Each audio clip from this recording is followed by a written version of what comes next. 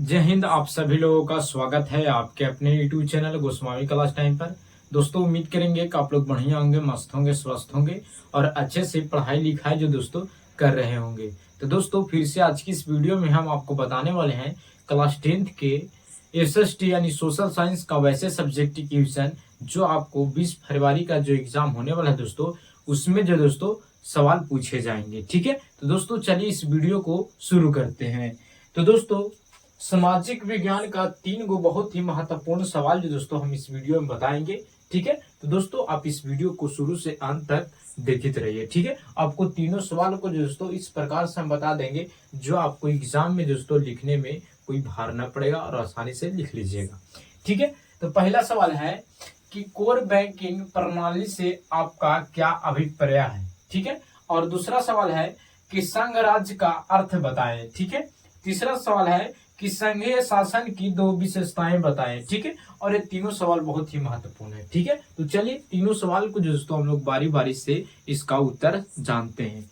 ठीक है, तो अगर आपसे पूछेंगे कि कोर बैंकिंग प्रणाली से आपका क्या अभिप्राय है, तो आप लिखेगा उत्तर में कि बैंक के सभी शाखाओं को इंटरनेट के माध्यम से एक दूसरे से जोड़ने की व्यवस्था को एक कोर बैंकिंग प्रणाली कहते हैं। दोस्तों पहले का था कोर बैंकिंग प्रणाली में कि पहले जो था कि अब जो है कि इंटरनेट के माध्यम से जो दोस्तों आपको कहीं भी पैसा भेजना है या पैसा निकालते हैं, जो भी प्रक्रिया कीजिएगा बैंक में वो नेट से किया जाता है। लेकिन पहले का होता था एक रजिस्टर रहता था। क्या रहता था? रजिस्टर रहता था।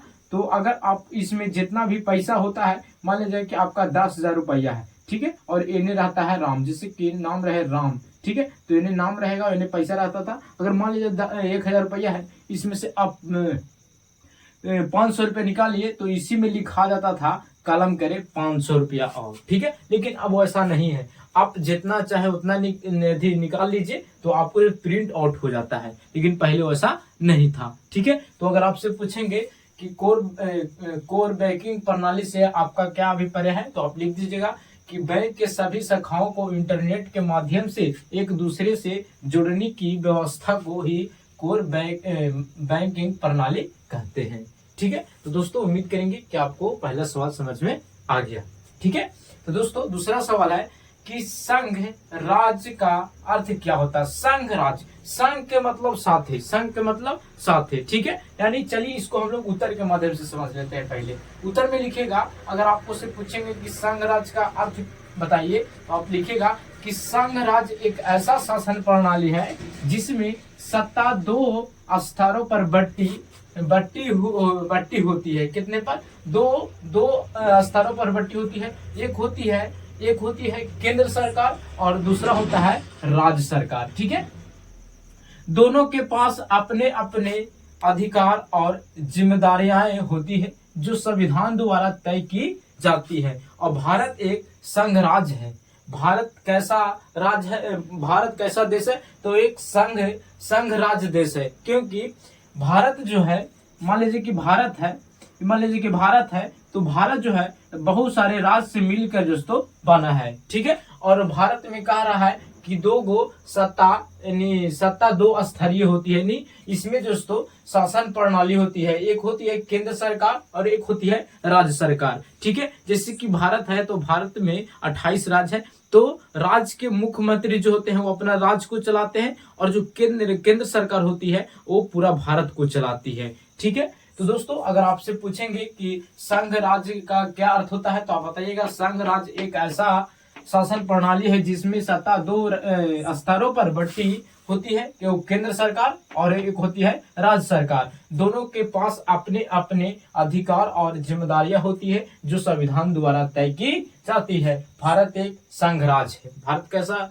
देश है? तो एक संघ राज्य है। ठीक है, इसमें सीधा सीधी है कि जैसे कि अगर मान लिया जाए कि जैसे कि भारत में 28 गो राज्य है, तो 28 गो जो राज्य है, तो 28 गो राज्य में 1 गो मुख्यमंत्री होते हैं। ठीक है, और पूरे राज्य को यानी जब 28 को राज्य मिल जाता है तो एक भारत का निर्माण होता है। और भारत को चलाने के लिए केंद्र सरकार, यानी भारत देश को कौन चलाता है? तो केंद्र सरकार। तो अभी कौन चला रहे हैं? तो नरेंद्र मोदी। ठीक है, तो दोस्तों इस प्रकार से आप लिख दीजिएगा, ठीक है। तो दोस्तों उम्मीद करेंगे कि आपको दूसरा सवाल समझ में आ गया होगा। यहाँ से आपको बस इतना ऑब्जेक्टिव पूछेगा कि भारत एक कैसा देश है, तो एक संघीय राज्य देश है, ठीक है।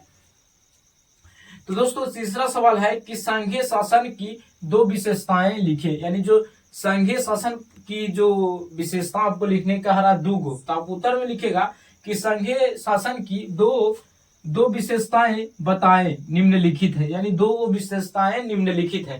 पहला है लिखित संविधान और दूसरा है दोहरी सरकार, यानी दोहरी सरकार के मतलब केंद्र सरकार और राज्य सरकार दोनों। और लिखित संविधान के मतलब होता है जैसे कि अगर मान लिया जाए कि कोई जैसे कि राज्य है, जिसके बिहार राज्य है, तो बिहार राज्य में कोई नियम बनाना है या कोई योजना लाना है, तो अगर इसमें मान लिया जाए कि जो हमारे मुख्यमंत्री हैं नीतीश कुमार, अगर चाहेंगे किसी योजना को पारित करना, तो अगर केंद्र सरकार चाहेंगे कि नहीं इसको पारित करना, तो ये नहीं होगा, ठीक है। तो यहाँ पर आप ध्यान दीजिएगा कि अगर आपसे पूछेंगे कि संघीय शासन की दो विशेषताएं लिखिए, तो आप लिखिएगा कि एक होता है लिखित संविधान और एक होता है दोहरी सरकार, ठीक है। तो दोस्तों ये रहा 3 गो सवाल, और तीनों सवाल जो दोस्तों बहुत ही महत्वपूर्ण है। और यहाँ से अगर आपको से सब्जेक्टिव ना पूछे जाएंगे तो ऑब्जेक्टिव जो दोस्तों जरूर पूछे जाएंगे, क्योंकि ऑब्जेक्टिव जो है दोस्तों सब्जेक्टिव में से ही पूछा जाता है, ठीक है। तो दोस्तों अगर आपको ये तीनों सवाल अच्छे तरीके से समझ में आ गया होगा